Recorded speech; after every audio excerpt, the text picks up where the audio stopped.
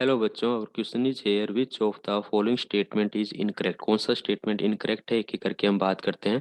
सबसे पहला दिया हुआ है विरियोइड्स लैक ए प्रोटीन कोट। यस, विरियोइड्स की अगर हम बात करें तो ये हमारा जो स्टेटमेंट है बिल्कुल सही है। इनके पास में क्या होता है, लो मोलिकुलर वेट आरएनए होता है as a genetic material in comparison to the, अगर हम बात करें बेटा किसकी, वायरस के कंपेयर में इनके पास में low molecular weight genetic materials होता है। ठीक है, तो ये हमें याद रखना है। जबकि प्रोटीन कोट इनके पास में क्या है, एब्सेंट होती है। ये जो प्रोटीन कोट होगी हमारी प्रोटेक्टिंग कवरिंग जेनेटिक मटेरियल के चारों तरफ होती है, ये इनके अंदर क्या होती है, एब्सेंट होती है। तो ये स्टेटमेंट सही है।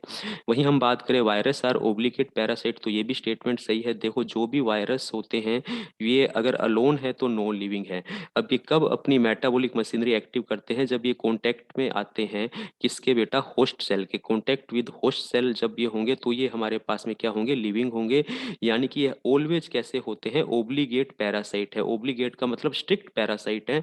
इनको एवरी टाइम कोई ना कोई लिविंग होस्ट चाहिए होगा। तो ये स्टेटमेंट भी हमारा सही जाता है। तो ए स्टेटमेंट और बी स्टेटमेंट दोनों सही हैं।